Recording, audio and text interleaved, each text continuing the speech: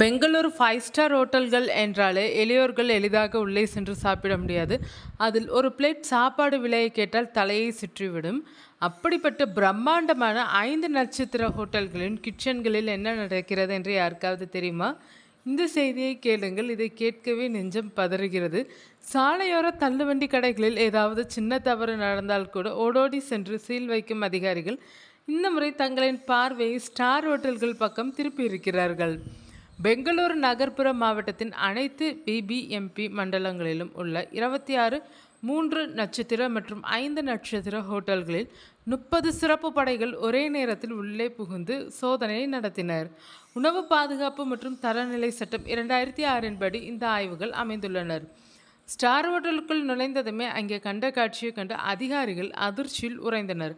காரணம், அந்த சமையலறைகளுக்குள் குப்பென்று வாடை வீசியது. அழுகிய காய்கறிகள், பூஞ்சை காளான்கள் படர்ந்த உணவுப் பொருட்கள், கெட்டுப்போன இறைச்சி, காலாவதியான பால் பொருட்கள் என மொத்தமாக சேர்ந்து துர்நாற்றம் வீசியது.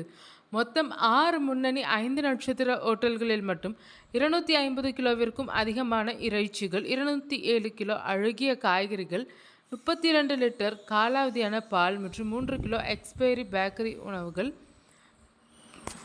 கைப்பற்றப்பட்டு உடனடியாக அழிக்கப்பட்டனர். இதில் ரேடிசன் ப்ளூ தி அட்ரியா ஹோட்டலில் இருந்துதான் அதிகபட்சமாக 105 கிலோ கெட்டுப்போன உணவுகள் தூக்கி எறியப்பட்டனர்.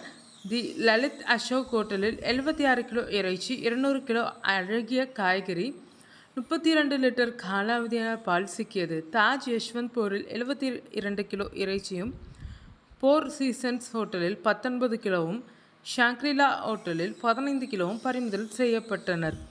அதாவது சைவ உணவுகளும் அசைவ உணவுகளும் எந்தவித பாதுகாப்பும் இல்லாமல் ஒன்றாகவே அடைத்து வைக்கப்பட்டிருந்தனவாம். ஆனால் சிக்கிய 5 ஸ்டார் ஹோட்டல் நிர்வாகங்கள் தங்களை காப்பாற்றிக் கொள்ள விளக்கங்களை அள்ளி வீசி தொடங்கியுள்ளனர். எங்கள் ஹோட்டலில் சிக்கிய பால் பெஸ்ட் பிஃபோர் தேதி முடிந்து ஒரு நாள் ஆனதால் தூக்கி எறிவதற்காக தனியாக வைக்கப்பட்டிருந்தது.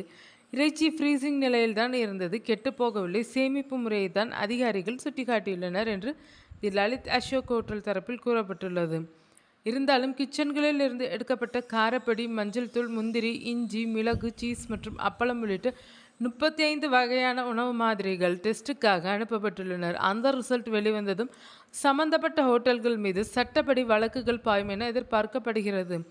சில நாட்களுக்கு முன்புதான் பள்ளி மற்றும் கல்லூரிகளை சுற்றி 50 மீட்டருக்குள் ஜங்க் ஃபுட்களை விற்கக்கூடாது என்று கர்நாடக அரசு உத்தரவை பிறப்பித்திருந்தது. இப்போது நட்சத்திர ஹோட்டல்களுக்குள் அதிகாரிகள் நுழைந்துள்ளனர். பணக்காரர் ஏழை என்ற வித்தியாசம் கிடையாது. மக்களின் சுகாதாரத்தில் கை வைத்தால் யாருக்கும் விலக்கில்லை என்று கர்நாடக சுகாதார அமைச்சர் யூடி காதர் பொங்கி எழுந்திருந்த நிலையில் இப்படியொரு அதிரடி பெங்களூரில் நடந்துள்ளது.